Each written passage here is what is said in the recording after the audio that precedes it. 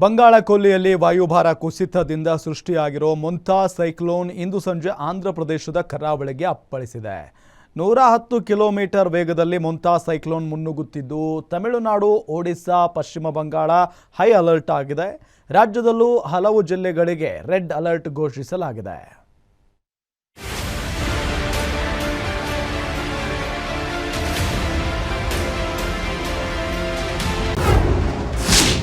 ಭಾರತದಲ್ಲಿ ಮೊಂತಾ ಚಂಡಮಾರುತ ಆರ್ಭಟ.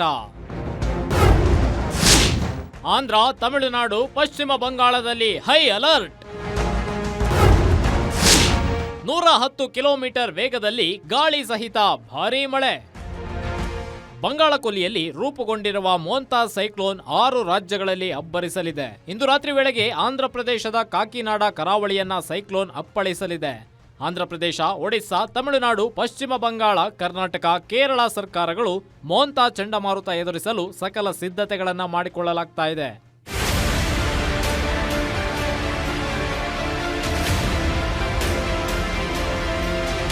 ಬಿರುಗಾಳಿ ಸಮೇತ 1 ಗಂಟೆಗೆ 110 ಕಿಲೋಮೀಟರ್ ವೇಗದಲ್ಲಿ ಬರ್ತಿರೋ ಮೊಂತಾ ಎದುರಿಸಲು ಎನ್ಡಿಆರ್ಎಫ್, ಎಸ್ಡಿಆರ್ಎಫ್ ಪಡೆಗಳು ಸಜ್ಜಾಗಿವೆ.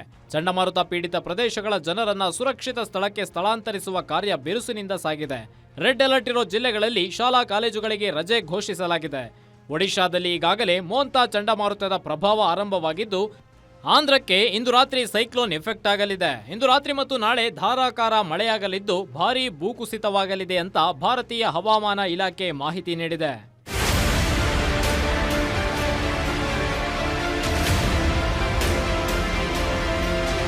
ಇನ್ನು ಮೊಂತಾ ಆರ್ಭಟ ಹೆಚ್ಚಾಗೋದ್ರಿಂದ ಹಲವು ಕಡೆ ವಿಮಾನ ಸೇವೆ, ರೈಲು ಸಂಚಾರ ಸ್ಥಗಿತವಾಗಿದೆ. ಕರ್ನಾಟಕದಲ್ಲಿ ದಕ್ಷಿಣ ಮಧ್ಯ ರೈಲ್ವೆ ಅಕ್ಟೋಬರ್ 28 ಮತ್ತು 29ರಂದು 72 ರೈಲುಗಳನ್ನು ರದ್ದುಗೊಳಿಸಿದೆ. ಪೂರ್ವ ಕರಾವಳಿ ರೈಲ್ವೆ ಈಗಾಗಲೇ 43 ರೈಲುಗಳನ್ನು ಸ್ಥಗಿತಗೊಳಿಸಿದೆ. ಹಳಿಗಳು ಮತ್ತು ಸೇತುವೆಗಳ ಮೇಲೆ ನಿಗಾ ಇಡಲು ಗಸ್ತು ತಂಡಗಳನ್ನು ನಿಯೋಜಿಸಲಾಗಿದೆ. ರಾಜ್ಯದ ಮೇಲೂ ಮೊಂತಾ ಎಫೆಕ್ಟ್ ಬೀರಲಿದ್ದು 2-3 ದಿನದಲ್ಲಿ ದಕ್ಷಿಣ ಒಳನಾಡುಗಳಲ್ಲಿ ಮಳೆಯಬ್ಬರ ಜೋರಾಗಲಿದೆ. ಈಗಾಗಲೇ ಸಮುದ್ರ ತೀರದ ಜನರಿಗೆ, ಮೀನುಗಾರರಿಗೆ ಎಚ್ಚರಿಕೆ ನೀಡಲಾಗಿದೆ. ರಾಜಧಾನಿ ಬೆಂಗಳೂರಿನಲ್ಲಿ ಮಂಜು ಮುಸುಕಿದ ವಾತಾವರಣ ಇದ್ದು ಹಲವೆಡೆ ಭಾರೀ ಮಳೆಯಾಗುವ ಸಾಧ್ಯತೆಗಳಿವೆ. Divyalatha Mudigere, news desk, guarantee news.